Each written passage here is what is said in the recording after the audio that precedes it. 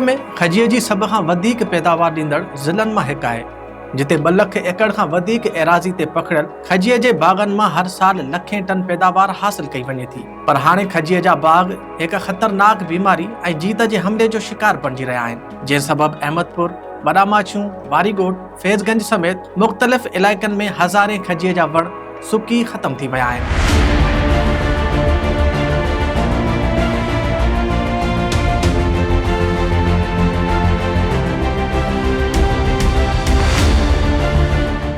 बाग़ाई ॿुधाइनि था त बीमारी लॻण खां पोइ वण कुझु महीननि अंदरि मुकमल तौर ते ख़तम थी वञे थो, जंहिं सबबु अक्सर बाग़ाई पंहिंजा सुकल वण काटण ते मजबूर थी विया आहिनि। 2 साल 3 अॻु जी ॻाल्हि आहे त खजूरनि में बीमारी लॻी आहे, बच्चा सुकंदा बिल्कुलु वञनि था। हिन महिल आबादगारनि ऐं मज़ूरनि ॾे हिन ते रोज़गार आहे।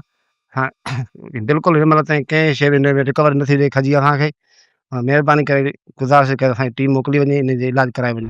खैरपुर ज़िले में खजी आहे बीमारी लॻी आहे, सो आबादगार रोज़ी नथा करे सघनि। असां इहो ई खपे त दवाऊं खपनि को रोज़ी करे सघूं। बीमारीअ में सॼियूं खजियूं सुकंदी थी वञनि, असांजे पेट गुज़र आहे इन ते। खजीअ जे वण खे 5-6 सालनि खां इहा बीमारी लॻल आहे, पर अञा ताईं को बि माहिर जांच करण लाइ न आयो आहे। हिन सां असांजी रोज़ी जुड़ियल आहे। मज़दूरनि खां वठी वापारियुनि ताईं सभिनी जो गुज़र हिन फसल सां आहे। उहा बीमारी लॻण खां पोइ पहिरियां पन सुकण शुरू थियनि था, पोइ खजीअ जो फसल मुतासिर थिए थो ऐं कुझु महीननि अंदरि सॼो वण ख़तम थी वञे थो। केतिरा ई बाग़ तबाह थी चुका आहिनि। सर, ये तो 5-6 साल तक हुआ है अरसा इनको बीमारी लगी हुई है। अभी तक कोई भी इदारा नहीं आया है इनको चकास करने के लिए। इसमें रोज़ी होती है हमारी है, मजदूर की है, मजदूर से लेके सेठों तक, सेठों से लेके बाहर मुल्क तक ये जाती है। पर अफसोस अभी तक कोई भी नहीं आया है इस खजूर को देखने।